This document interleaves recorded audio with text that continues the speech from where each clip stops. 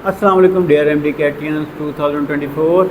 मेरा नाम डॉक्टर नासिर अली सिद्दीकी है। लास्ट वीडियो में मैंने आपसे कहा था कि मैं आप लोगों के लिए एक वीडियो बनाऊंगा, शॉर्ट वीडियो होगी जो आपको ये बताएगी कि आपने एग्ज़ामिनेशन सेंटर में डिप्रेशन से कैसे बचना है, डिप्रेशन एंग्जाइटी से कैसे बचना है। क्योंकि मोस्टली स्टूडेंट जो हैं वो एमडी कैट के एग्ज़ामिनेशन हॉल में जाकर एंग्जाइटी का शिकार हो जाते हैं, डिप्रेशन का शिकार होते हैं। और वो क्यों होते हैं? वो सिंपल सी बात है कि जब आप एमडी कैट के एग्ज़ामिनेशन हॉल में दाखिल होंगे, जब आप बैठ जाएंगे, जब आपको पेपर मिलेगा, तो उसका सबसे बेस्ट तरीका ये है कि आप लोगों ने पूरा पेपर पढ़ने नहीं बैठ जाना।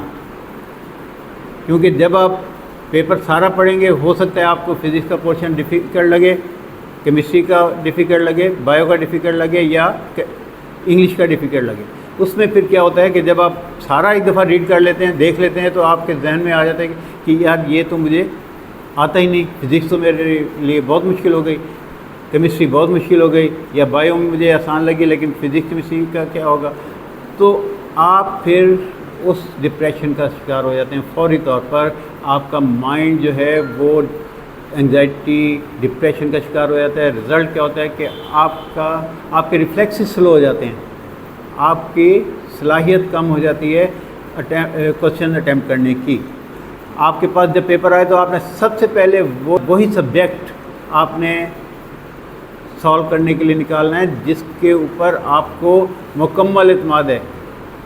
ज़्यादातर बायो एक ऐसा सब्जेक्ट है जिसमें ज़्यादा देर नहीं लगती सोचने की।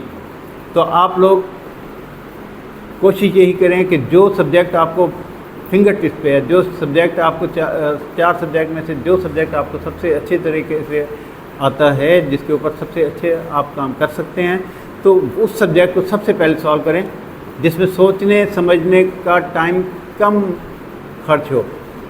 फिर उसके बाद दूसरा जब वो हो जाए तो फिर आप वो सब्जेक्ट को पकड़ें जो उससे कम आप बेहतर समझते हैं, कि उससे बायो से फ़र्ज़ करें, बायो से कम आपको जो मुश्किल लगता हो। जैसे फ़र्ज़ करें आपको फ़िज़िक्स ज़्यादा मुश्किल नहीं लगता, या इंग्लिश की बात कर लें, इंग्लिश मुश्किल नहीं लगती, तो आप पहले इंग्लिश को सॉल्व कर लें। मतलब ये जो आपको बेटर लगता है, कि जो आपके जहन में है कि मैं इस फ़िज़िक्स को सॉल्व ईज़िली कर लूँगा, पहले केमिस्ट्री को ज़्यादा इजीली सॉल्व कर लूँगा या इंग्लिश को सॉल्व कर लूँगा, तो आपने वही सब्जेक्ट को सॉल्व करने के लिए चूज़ करना है। इससे आप डिप्रेशन का शिकार नहीं होंगे और इसमें ज़्यादा सोचने समझने का टाइम नहीं मिलता। आपने बस अपने माइंड को रिलैक्स रखना है, उसे बिल्कुल भी टेंशन में नहीं आने देना। आपने खुद टेंशन में नहीं आना, तो इंशाअल्लाह आपका पेपर बहुत इजी होगा। ये वो वही तरीका है कि आप अपने क्वेश्चन अपने टाइम के अंदर, विद इन टाइम लिमिट में आप क्वेश्चन सॉल्व कर सकते हैं। तो डियर एमडी कैटियंस, गुड लक, बेस्ट विशेस।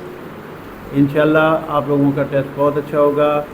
उम्मीद करता हूँ आप लोगों में से बहुत से डॉक्टर भी बनेंगे। बाकी हमारी दुआएं आप लोगों के साथ हैं। खुश रहें, खुशियाँ बांटें।